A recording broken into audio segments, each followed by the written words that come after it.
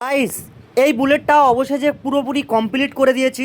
দেখো পিছনের কিন্তু রিনটাও লাগানো হয়ে গেছে, প্লাস টায়ারটাও লাগিয়ে দিয়েছি, এবং সামনের রিনটাও লাগানো হয়ে গেছে, প্লাস টায়ারটাও লাগিয়ে দিয়েছি। এধারই দেখো ডিআরএলটাও কিন্তু লাগিয়ে দিয়েছি। এই গাড়িতে যা সামান এনেছিলাম, মাল এনেছিলাম, সব কিছু কিন্তু লাগানো কমপ্লিট হয়ে গেছে। গাড়ি কিন্তু পুরোপুরিভাবে রেডি হয়ে গেছে, দেখতে পাচ্ছ গাড়ি রেডি করে দাঁড় করিয়ে দিয়েছি। এই গাড়িতে অ্যাপ্রোক্স কত টাকা খরচা হয়েছে চলো সেটা আজকে জানা যাক। এই গাড়িতে দুটো অ্যালয় হুইল লাগিয়ে টায়ারে লাগিয়ে কত টাকা অ্যামাউন্ট খরচা পড়েছে। এই অ্যালয় হুইল পিছনে দেখতে পাচ্ছ, প্লাস সামনের অ্যালয় হুইল দেখতে পাচ্ছ। তো দুটো অ্যালয় হুইল মিলে আমার খরচা পড়ে গেছে প্রায় সামথিং 10,500 টাকা।